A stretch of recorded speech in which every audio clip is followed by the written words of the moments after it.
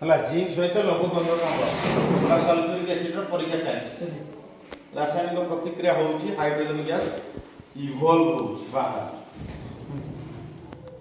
Hydrogen gas ତମେ balloon ଲଗାଅ, balloon ଯଦି ଫୁଟି ଉପରକୁ ଉଡ଼ିବ ଫୁଲିଲେ ହେଲା, ସେ ହାଲକା ଗ୍ୟାସଟା ଆଉ ସେଟା ଜ୍ୱଳନଶୀଳ ଜଳିବ, ହାଇଲି ଇନଫ୍ଲେମ୍ ଜଳିଲେ କ'ଣ ହେବ ନିଆଁ ଲାଗିଯିବ ଫଟାଫଟ, ସେ ଗ୍ୟାସଟା ନିଆଁ ଶୀଘ୍ର ଧରିଥାଏ ହେଲା।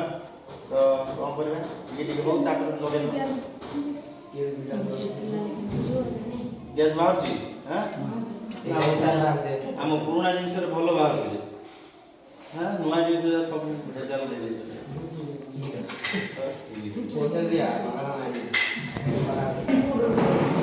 वीडियो करो बे